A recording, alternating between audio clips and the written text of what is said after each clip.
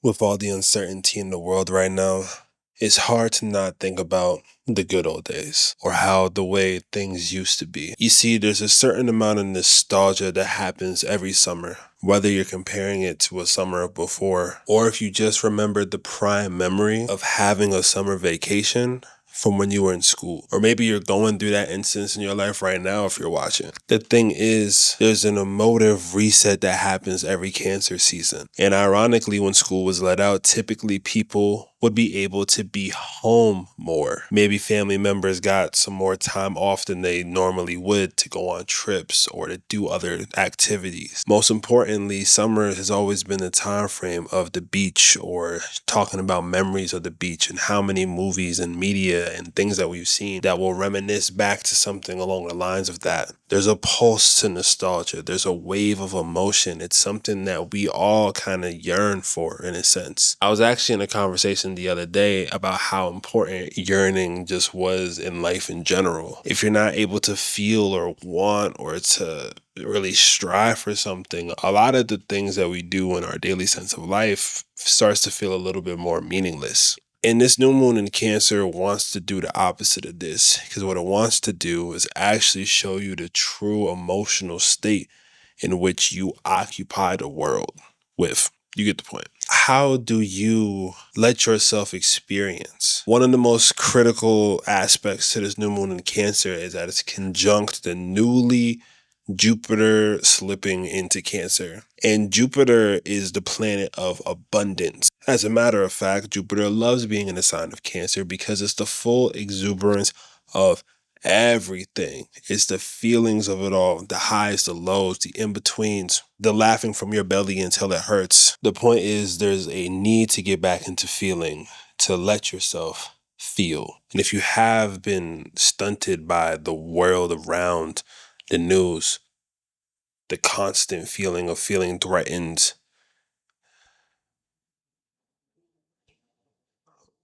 by opening your phones to what you used to have a good like to opening up your phones to things you used to have a good time on and having to see the most atrocious things. And let's be honest, none of the spiritual work that we do can sit here and bypass the actual atrocities that are happening in the world. But we can do what we can to either help where we can and feel called to, or we can do the inner work. We can find those places and spaces to where we reconnect to our own energy again.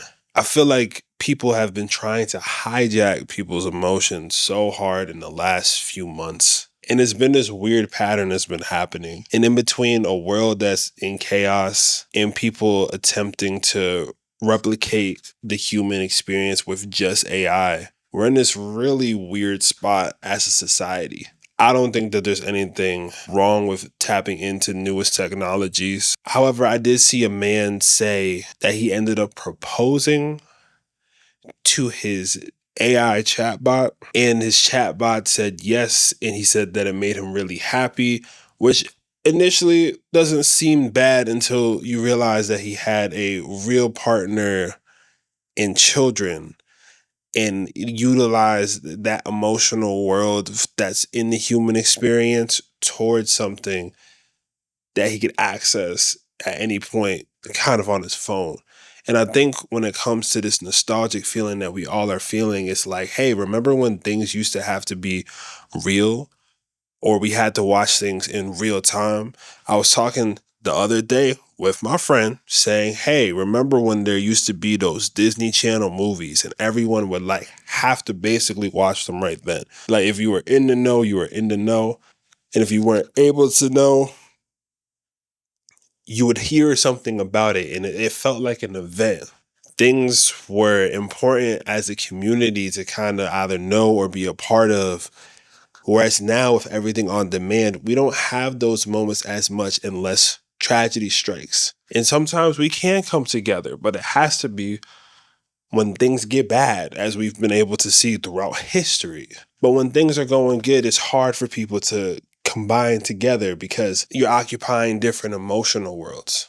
And what this new moon in Cancer is trying to say is that the deeper that you tap into your own resonance, your own emotions, and learn how to honor your intuition and gut feeling, which is going to be the most important thing for you to learn how to do in this 2025 space and beyond, that's when you start to resonate with true community. That's when, despite the bad of the world going on right now, you find a place to feel safe. You find a sanctuary within yourself when you're able to realize, utilize, and know how your emotional world works. And that's why for this new moon in Cancer, I highly recommend that everybody take an extra look at your moon sign. And if you haven't related to your moon sign before, I need you to re-look at it. Look at your moon sign's element. Look at the house your moon sign is in. And also realize what patterns does your moon sign go through.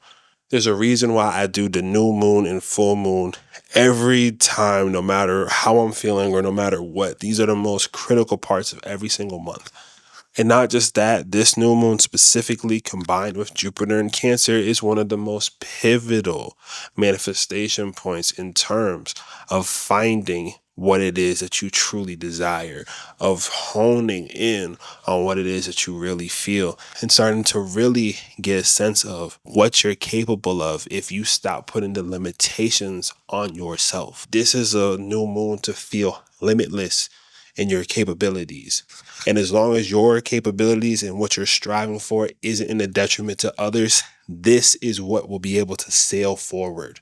The water cardinal energy of Cancer is a chariot card. It's about building. It's about moving forward. It's about being so in tune with your desires that you are constantly manifesting them as you continue to step forward in life like you normally would. So the question that I have for you this new moon in Cancer is, if the world that you always felt you deserved started to unravel in front of you, would you even recognize that that was the world that's meant for you? This is a time to tune in, not tune out. This is the time to feeling and not flee what's coming up when you feel it. This new moon is perfect for the hard conversation. This new moon is perfect for redefining your connections. And this new moon is perfect for really utilizing and tapping into how you feel and learning how to honor that moving forward. Now, keep in mind, this new moon is also making a square over to Saturn and Neptune. Talking about feeling into your feelings sounds easy.